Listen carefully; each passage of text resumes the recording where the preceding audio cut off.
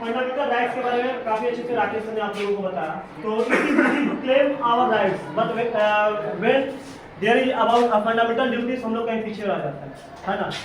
तो क्या है कि हर कॉन्स्टिट्यूशन ऑफ इंडिया हर सिटीजन को कुछ ड्यूटीज भी बोलता है, कुछ हमारी रिस्पॉन्सिबिलिटीज भी होती है हमारे देश के प्रति।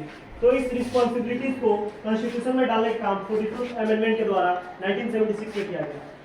रसिया के यह आया कहाँ से फंडामेंटल ड्यूटीज? तो फंडामेंटल ड्यूटीज जो है रसिया के कॉन्स्टिट्यूशन से अडॉप्ट किया गया है।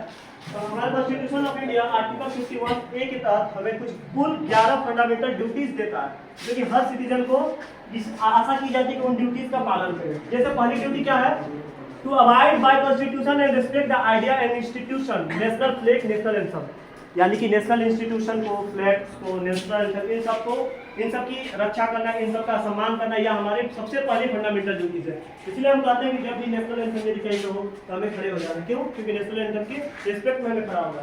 दूसरा जो है to cherish and pure the noble ideas which inspire our national struggle for freedom.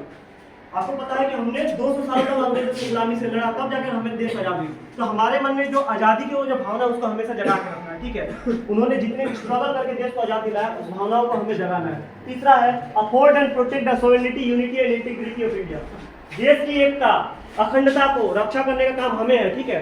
जब भी जरूरत हो हमें ऐसा कोई काम नहीं करना जिससे देश की यूनिटी में नुकसान पहुंचाए। चौथा, defend our country and rent the national serviceman for the to do so. जब भी देश को आपकी जरूरत हो आपको वहां पे पहुंचना है, यह हमारा 5वां फंडामेंटल ड्यूटी है। आप ये नहीं कर सकते आज कि मैं नहीं जाऊंगा, ठीक है। कहीं पर भी यदि देश की रक्षा के लिए एक इंसान को यदि लड़ाई में जाना पड़े तो उसके लिए आपको तैयार रहना है। यह हमारी 5वां फंडामेंटल ड्यूटी है। छठा क्या है? Promote harmony and spirit of common brotherhood. हम लोग आपस में लड़ते रहते हैं, ये तो खैर दोस्ताना लड़ाई है, लेकिन हमें पूरे देश के सिटीजन में एक ब्रदरहुड बना कर रखना है। ये नहीं कि वो नॉर्थ इंडिया, वो साउथ इंडिया से आ रहा है, वो बंगाली है तो उसके साथ डिस्क्रिमिनेशन करेंगे, नहीं।